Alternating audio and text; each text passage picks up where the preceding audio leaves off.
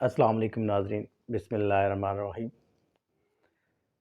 Welcome to doctor Imran official. और आज की जो वीडियो है वो बहुत इम्पोर्टेंट है। और आज की वीडियो में हम डिस्कस करेंगे स्ट्रोक को, और स्ट्रोक की टाइप्स को हम डिस्कस करेंगे, इसके साइन एंड सिम्टम्स को डिस्कस करेंगे, और साइन एंड सिम्टम्स के बाद फिर हम इसकी प्रिकॉशनरी मेजर्स को हम डिस्कस करेंगे, इसकी काजेज़ को डिस्कस करेंगे, और लास्ट में हम इसके ट्रीटमेंट को डिस्कस करेंगे। तो नाज़रीन चलते हैं वीडियो की तरफ। तो सबसे पहले अगर हम स्ट्रोक को डिफ़ाइन करें, तो स्ट्रोक को हम डिफ़ाइन इस तरह करेंगे: stroke is a disease that affects the artery leading to the brain और leading within the brain. So अगर देखा जाए स्ट्रोक को, तो इस वक्त दुनिया की पांचवी बड़ी बीमारी है स्ट्रोक, जिसकी वजह से लोगों की अमवात हो रही हैं। और सबसे बड़ी माजूरी की वजह अगर देखा जाए तो स्ट्रोक को गर्दाना जा रहा है। अगर स्ट्रोक के हम टाइप्स को देखें, तो स्ट्रोक की तीन टाइप्स है। सबसे पहले नंबर पे जो स्ट्रोक की टाइप्स आती है उसको आइस्केमिक स्ट्रोक कहते हैं। और जो दूसरी टाइप की स्ट्रोक है that is called haemorrhage stroke.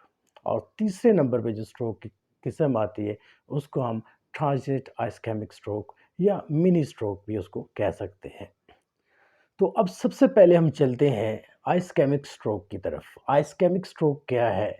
Ischemic stroke basically blood supply का डिस्टर्ब हो जाना है, इंटरप्ट हो जाना है ब्रेन के एक स्पेसिफिक पार्ट को, ब्रेन का एक ख़ास एरिया जिसमें आर्टरी रप्चर होती है, वो उसकी अगर जो ऑक्सीजन की सप्लाई है वो मुनक़ता हो जाए, तो ये जो स्ट्रोक होता है that is called ischemic stroke. Ischemic stroke के बाद अगर दूसरी किस्म की तरफ हम बढ़े, तो that is called haemorrhage stroke. और हेमोरेज स्ट्रोक बेसिकली क्या है? आर्टरी ब्रस्ट करती है, और कहाँ पे ब्रस्ट करती है? With in the brain burst करती है। और अगर हेमोरेज स्ट्रोक को हम देखें, तो हेमोरेज स्ट्रोक जो है उसकी बेसिकली जो टाइप्स हैं, दो टाइप्स मज़ीद आ जाती हैं। उसमें जो पहली टाइप्स है हेमोरेज स्ट्रोक की, that is called intracranial haemorrhage stroke. अब इंट्राक्रैनियल हेमोरेज स्ट्रोक क्या चीज़ है? इंट्राक्रैनियल हेमोरेज स्ट्रोक जो है that is the stroke that ruptures the artery with in the brain.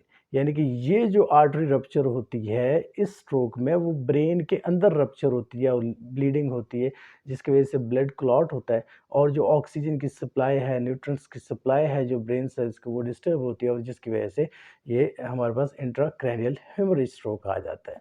उसके बाद सेकंड जो टाइप है हेमोरेज स्ट्रोक की, दैट इज़ कॉल्ड सब एर्कनाइड हेमोरेज स्ट्रोक। अब सब एर्कनाइड हेमोरेज स्ट्रोक क्या है?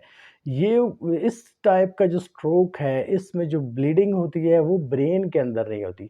बेसिकली ब्रेन के ऊपर एक लेयर होती है जिसको क्रेनियम कहते हैं। और बेसिकली ये ब्रेन और जो क्रेनियम लेयर है, जो मेम्ब्रेन है ब्रेन के ऊपर, उसके दरमियान जो ब्लीडिंग होती है, इसको हम सब एर्कनाइड हेमोरेज स्ट्रोक कहते हैं। अब आ जाते हैं तीसरे टाइप के स्ट्रोक पे। जो तीसरी टाइप की स्ट्रोक हमारे पास आती है that is called transient ischemic stroke, या इसको आप मिनी स्ट्रोक भी कहते हैं। ये जो टाइप का स्ट्रोक होता है इसको मिनी स्ट्रोक इसलिए कहते हैं, ये टेम्परेरी होता है, ये आर्जी तौर पर होता है। जो ब्लड क्लॉट बनता है ब्रेन के किसी भी पार्ट में बनता है, तो वो जो क्लॉट है वो डेफिनेटली एक ख़ास वक्त के लिए होता है, टेम्परेरी होता है, उसके बाद वो डिज़ोल्व हो जाता है। तो इसको मिनी स्ट्रोक इसलिए कहा जाता है, इसमें पेशेंट जल्द अज जल्द रिकवर हो जाता है। तो ये तो बेसिकली 3 टाइप्स आ गए हैं हमारे पास स्ट्रोक की। अब अगर इसके मेजर जो साइन एंड सिम्पटम्स हैं, उसको हम अगर देखें तो उसमें क्या-क्या आ जाता है। Major and sign and symptoms में जो सबसे पहली चीज़ आ जाती है वो नमनेस आ जाती है। यानी कि नमनेस मीन के सो जाना, टाँग का, बाजुओं का, उसके अंदर जो फीलिंग्स हैं वो ख़त्म हो जाती हैं, और जो नर्व्स ऑलमोस्ट डेड लेवल पे चली जाती हैं। ये सबसे पहली साइन एंड सिम्पटम्स है। इसके अलावा सेकंड साइन एंड सिम्पटम्स को अगर देखें, जो सबसे बड़ी साइन एंड सिम्पटम्स है उसमें लॉस ऑफ बैलेंस है। जो पेशेंट है उसका जो बैलेंस है वो ख़राब हो जाता है, उसमें चलने फिरने में प्रॉब्लम होता है। इसके अलावा स्पीकिंग पावर को अगर देखा जाए तो वो बहुत ज़्यादा डिस्टर्ब हो जाती है। और स्पीकिंग पावर में बेसिकली ज़ुबान का लड़खड़ा जाना, कुछ जो है उसमें स्विचरिंग का आंसर आ जाता है, अड़ के बोलने का आंसर आ जाता है, सोच के वर्ड्स को बोलना आ जाता है। तो बेसिकली ये सारी चीज़ें इसमें आ जाती हैं। और इसके अलावा एक और चीज़ देखी जाए तो विज़न जो है, विज़न के ऊपर भी अच्छा ख़ासा इफ़ेक्ट इसके ऊपर पड़ता है। मेमोरी लॉस, यानी कि जो पुरानी यादें होती हैं सारी इंसान की, वो पेशेंट की, वो सारी ऑलमोस्ट ख़त्म हो जाती है। तो मेमोरी लॉस भी एक है, और कोऑर्डिनेशन जो सिस्टम है वो ख़राब हो जाता है। तो ये सारी चीज़ें बेसिकली इसके साइन एंड सिम्पटम्स में आ जाती हैं। अब इसके जो काज़ेज़ क्या हैं, वजूहात क्या हैं, बेसिकली अगर देखा जाए, तो वजूहात में से चंद एक वजूहात को अगर देखा जाए, मैं एक और चीज़ आपको यहाँ पे बता दूँ कि स्ट्रोक को इस वक़्त देखा जाए तो दुनिया की 5वीं बड़ी बीमारी करार दिया जा रहा है, जो कि अमवात का भी सबब बनती है और साथ-साथ डिसेबिलिटी का भी सबब बन रही है। हमेशा के लिए माज़ूर हो जाता है इंसान इसमें। तो इसमें अगर देखा जाए तो सबसे जो इम्पोर्टेंट रोल है हमारे पास, हमारे लाइफ़स्टाइल है। हमारा जो लाइफ़स्टाइल है वो इतना ख़राब हो गया है, जिसकी वजह से हम स्ट्रोक को खुद उसको खुशामदीद कहते हैं कि आ जाओ हमारी लाइफ में। तो उसमें अगर देखा जाए तो ये बेसिक जो बड़ी चीज़ें स्ट्रोक के हवाले से देखा जाए, तो सबसे पहले हाई ब्लड प्रेशर है। यानी कि अगर ब्लड प्रेशर हाई होगा तो ऑटोमेटिकली जो आर्टरी है, कैरोटिड आर्टरी है या ब्रेन के अंदर कोई आर्टरी है, उसके अंदर क्लॉट बनेगा, प्लाक बनेगा। प्लाक जब बनेगा फैट्स का, तो ऑटोमेटिकली जो आर्टरी का रास्ता है वो तंग हो जाएगा और ब्लड प्रेशर के साथ जाएगा, तो आर्टरी के ब्रस्ट होने का डेफिनेटली वहाँ पे खतरा है। तो ब्लड प्रेशर को कंट्रोल रखना चाहिए। सेकंडली डायबिटीज़ अगर देखा जाए तो वो भी बहुत बड़ा प्रॉब्लम है, उसकी वजह से भी ये स्ट्रोक हो सकता है। और इसके अलावा जो हम फैट्स यूज़ करते हैं, जो चिकनाई वाली चीज़ें खाते हैं, अगर वो एक तो रूटीन में खाना होता है और एक होता है कभी-कभार। तो जो रूटीन में खाना होता है वो बहुत ज़्यादा ख़तरनाक होता है। वो बेसिकली जो फैट्स का लेवल है, ट्राइग्लिसराइड लेवल है, वो उसको बहुत हाई कर देता है, जिसकी वजह से जितनी भी आर्टरीज़ हैं, मेजर आर्टरीज़ हैं, वहाँ पे प्लाक जमा हो जाता है। उस प्लाक की वजह से आर्टरीज़ जो है वो नैरो हो जाती हैं। तो ये तो बड़ी रीज़न्स हैं। इसके अलावा अगर देखा जाए, अगर सिगरेट नोशी अगर कोई करता है या अल्कोहल पीता है, तो that is another big effect जो बेसिकली स्ट्रोक क्रिएट करता है। और अब अगर इसके प्रिवेंटिव मेजर्स की तरफ आ जाए, प्रिवेंटिव मेजर्स में मैं अक्सर कहता हूँ कि हमारी जो डाइट है वो बड़ा इम्पोर्टेंट रोल करती है। अगर बैलेंस डाइट होगी तो ना तो हार्ट अटैक के प्रॉब्लम्स होंगे, ना स्ट्रोक के प्रॉब्लम होंगे, और एक नॉर्मल रूटीन किस्म की लाइफ होगी। उसमें नो स्मोकिंग, नो अल्कोहल, और जो डाइट है वो बिल्कुल बैलेंस ही हो, तो उसमें हम इस चीज़ से बच सकते हैं। अब आ जाते हैं इसके जो फिजियोथेरेपी का जो ट्रीटमेंट है, इसका फिजिकल थेरेपी ट्रीटमेंट में, उसमें अगर देखा जाए तो सबसे पहले मैंने देखा कि अगर अपर लिम्ब को देखें आप, आर्म का जो एरिया है या लोअर लिम्ब का एरिया है, तो डेफिनेटली उसमें नमनेस तो है, और नमनेस की वजह से क्या है, जो नर्व्स जो है वो डेड लेवल पे चलेंगी, जिसकी वजह से नमनेस हो जाती है।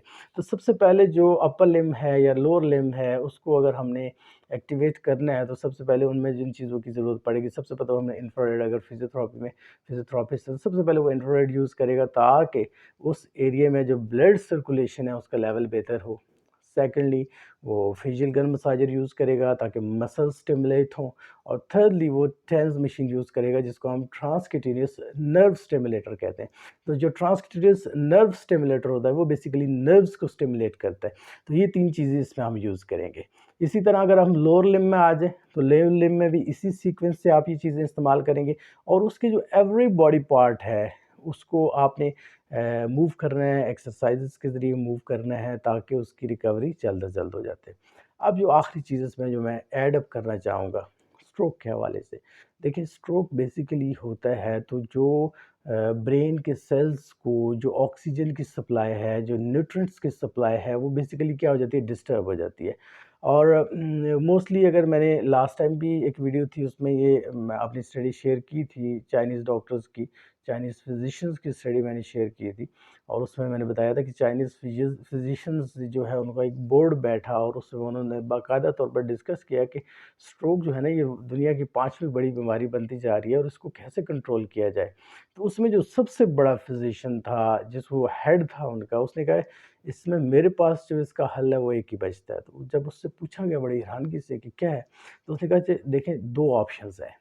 एक तो ये है कि जो मुस्लिम्स हैं, उनकी जो इबादत है, नमाज़ है, उसमें अगर देखा जाए जब वो सजदे की हालत में जाते हैं, तो हार्ट से जितना जो ब्लड है वो बेसिकली ब्रेन की तरफ ट्रैवल करता है, और उस ब्लड के अंदर जितने भी न्यूट्रिएंट्स होते हैं, ऑक्सीजन होती है, ब्रेन सेल्स को मिलती है, तो ऑटोमेटिकली जो है ना एक अच्छा इफ़ेक्ट आता है और पेशेंट रिकवर हो जाता है। और उसकी वजह से अगर स्ट्रोक का पेशेंट है तो उसको ये सजदा एक्सरसाइज करवाएंगे तो उससे ऑटोमेटिकली उसके ब्रेन की सर्कुलेशन अच्छी जाएगी और वो जल्दी रिकवर हो जाएगा। और स्ट्रोक से इफ़ेक्ट से बचने के लिए क्या है, अगर आप लंबा सजदा करेंगे दिन में, ज़ाहिर बात है 5 दफ़ा नमाज़ आप पढ़ते हैं तो 5 दफ़ा अगर लंबा सजदा करेंगे तो डेफ़िनेटली उसके बहुत अच्छे इफ़ेक्ट आएँगे। दूसरा फिर उसने कहा कि चलो हम नमाज़ तो नहीं पढ़ सकते, ज़ाहिर बात है नॉन मुस्लिम है, तो उसमें हम ये करेंगे उल्टा लटकेंगे। तो उसमें ये है कि अगर उल्टा लटकेंगे तो उसमें भी जो हार्ट की तरफ से जितना ब्लड है वो ब्रेन की तरफ जाएगा, तो उसके आउटस्टैंडिंग रिज़ल्ट्स मिलेंगे। तो ये थी आज की वीडियो नाज़रीन, जिसमें हमने स्ट्रोक को डिस्कस किया, उसकी टाइप्स को डिस्कस किया, उसके साइन एंड सिम्पटम्स को डिस्कस किया, और लास्ट में हमने उसकी काज़ेज़ और प्रिवेंटिव मेजर्स को भी डिस्कस किया। इंशाल्लाह अगली वीडियो में एक नए टॉपिक के साथ हाज़िर होंगे। तब तक कीजिए इजाज़त दीजिए। अल्लाह हाफ़िज़, जज़ाकल्लाह।